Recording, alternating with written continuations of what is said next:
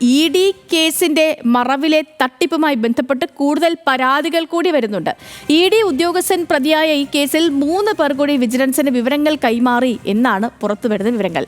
ED assistant director Shekhar കുമാറിനെതിരായ digital തെളിവുകൾ കേന്ദ്രീകരിച്ചാണ് നിലവിലെ അന്വേഷണം.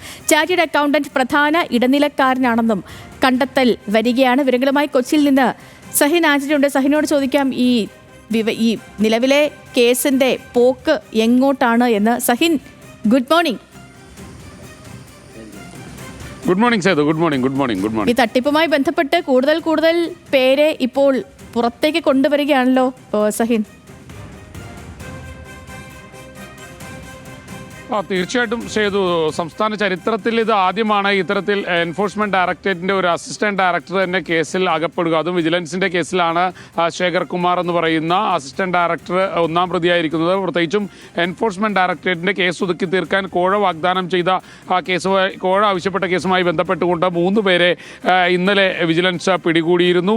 അതിൽ തന്നെ 3 പേരും ഇടനിലക്കാരായി പ്രവർത്തിച്ചിരുന്നവരാണെന്ന് വിജിലൻസിന് മനസ്സിലാക്കാൻ കഴിഞ്ഞിട്ടുണ്ട്. മാത്രമല്ല, ഇതിൽ ഒന്നാം പ്രതിയായി ഉൾപ്പെടുത്തി എൻഫോഴ്സ്മെന്റ് ഡയറക്ടറേറ്റിന്റെ അസിസ്റ്റന്റ് ഡയറക്ടറായിട്ടുള്ള ശേഖർ കുമാറിനെയാണ്. ഇപ്പോൾ വിജിലൻസിന്റെ അന്വേഷണത്തിൽ കൂടുതൽ പരാതികൾ വിജിലൻസിന് ലഭിച്ചിരിക്കുന്നു. ഈ പ്രതികളുമായി ബന്ധപ്പെട്ടുകൊണ്ട് കൂടുതൽ പരാതികൾ വിജിലൻസിന് ലഭിക്കുന്നുണ്ട്.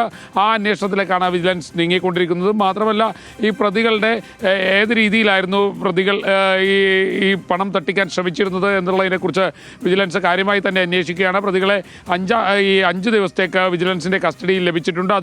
അതുകൊണ്ട് തന്നെ വിശദമായി ഇവരെ ചോദ്യം ചെയ്ത വിവരങ്ങൾ മനസ്സിലാക്കുമെന്നൊരു ലക്ഷ്യം തന്നെയാണ് വിജിലൻസ് മുന്നോട്ട് വച്ചിരിക്കുന്നത്. ഇന്നലെ ഇതിൽ പ്രധാനിയായിട്ടുള്ള ഒരു പ്രതിയുടെ അതായത് രഞ്ജിത്ത് വാര്യർ എന്ന് പറയുന്ന പ്രതിയുടെ ഓഫീസിലെത്തി വിജിലൻസ് രേഖകൾ പിടിച്ചെടുത്തിട്ടുണ്ട്.